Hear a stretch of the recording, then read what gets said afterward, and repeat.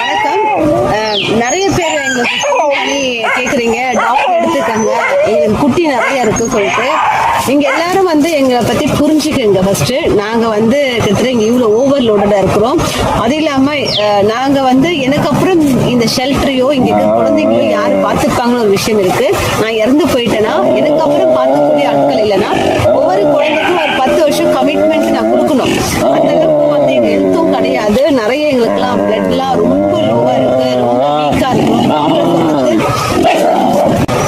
பிளட்லாம் ரொம்ப லோவா இருக்கு. டாக்டர் சொல்றது வந்து ரொம்ப வீக்கா இருக்கிறீங்க அப்படின்னு சொல்றாங்க. நான் செத்து போயிட்டேன்னா எனக்கு அப்புறம் இந்த குழந்தைங்களை பார்க்கக்கூடிய ஆட்கள் கிடையாது.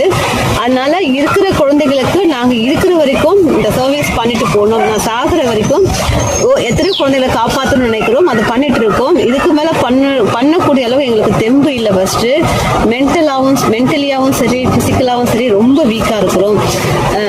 இந்த இடமும் வந்து வாடகையில இருக்கிறோம். நிறைய பிரச்சனைகள் பண்ணிட்டு இருக்கோம். அதனால நீங்க பாக்குற எல்லாருக்கும் போன் பண்ணி டாக்ஸ் எடுத்துக்கங்க சொல்லாதீங்க. தயவு செய்து புரிஞ்சுக்கங்க. ஏன்னா எனக்குலாம் ஒரு பெரிய ஆக்சிடென்ட் 3 வாட்டி நடந்திருக்கு.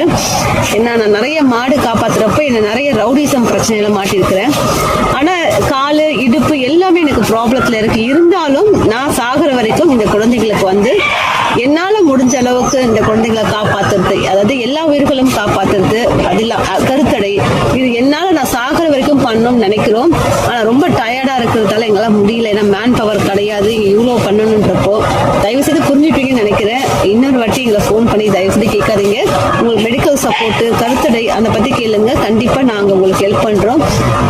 டாக்ஸ் எடுத்துக்க சொல்லி மட்டும் கேட்டுறாதீங்க. நன்றி.